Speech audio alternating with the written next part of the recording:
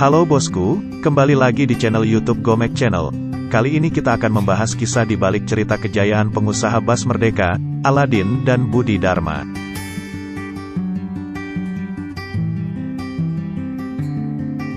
Sekitar tahun 1980-an, pengusaha bis asal Ciamis merajai jalanan Jawa Barat.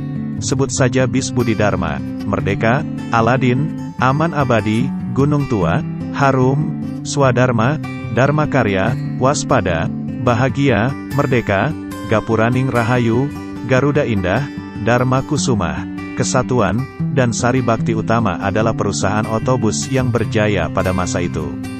Menurut Haji Wawan Otit, putra dari perintis bis Budi Dharma, kejayaan pengusaha bis Ciamis bertahan selama 4 dekade, sejak dekade 1960-an, hingga pertengahan dekade 1990. Saat itu Budi Dharma memiliki sekitar ratusan bus, Merdeka di atas 200 bis, dan Aladin lebih dari 150 bis. Namun kini yang bertahan hanya perusahaan otobus Merdeka, Gapuraning Rahayu, Aladin dan Harum. Itu pun jumlahnya makin berkurang. Banyak dari penerus perusahaan bis tersebut malah banting setir jadi pemborong, usaha SPBU toko dan lainnya.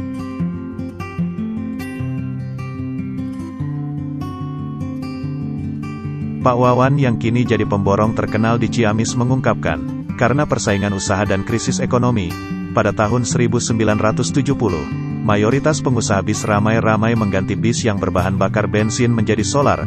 Menurut Wawan, perusahaan itu kesulitan mengganti bis. Wawan mengatakan, hal itu terjadi karena kendaraan yang begitu banyak, tapi Aladin mampu menyesuaikan.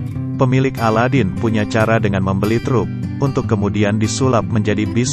Pertimbangannya lebih murah, makanya sejak itu Aladin terus menambah bis. Namun, memasuki dekade 1990, persaingan antar perusahaan bis kian ketat. Usaha angkutan bis makin terpukul ketika krisis ekonomi melanda pada tahun 1998. Saat itu, harga onderdil sangat mahal, lalu ditambah beberapa kali kenaikan harga bahan bakar.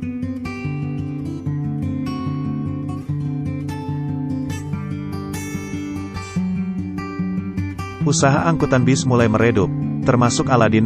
Bayangkan saja, dari total ratusan HIS, kini bis milik perusahaan itu berada di bawah 50 unit. Begitu juga dengan Merdeka yang semula lebih dari 200-an bis, menurun sampai 90-an, kata Bapak Abun Hasbullah, pengurus bis Merdeka. Perusahaan lainnya, seperti Sari Bakti Utama, juga terkena dampaknya. Haji Kusmana, sang pemilik perusahaan, seperti tak lagi berharap banyak terhadap usaha angkutan bis itu.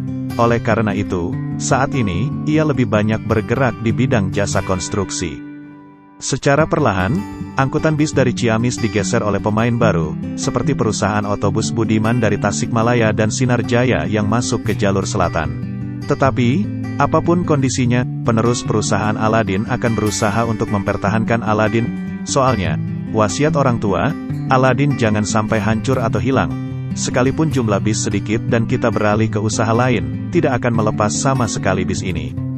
Hal serupa diungkapkan Bapak Abun.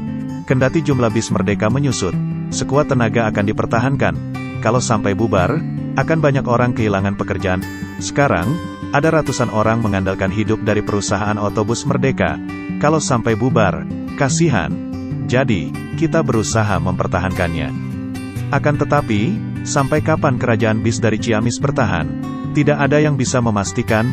Para pengusaha bis itu yang merupakan generasi penerus hanya bisa berdoa dan berusaha. Waktulah yang akan membuktikannya. Apalagi melihat kenyataan banyak perusahaan otobus yang kini tinggal nama.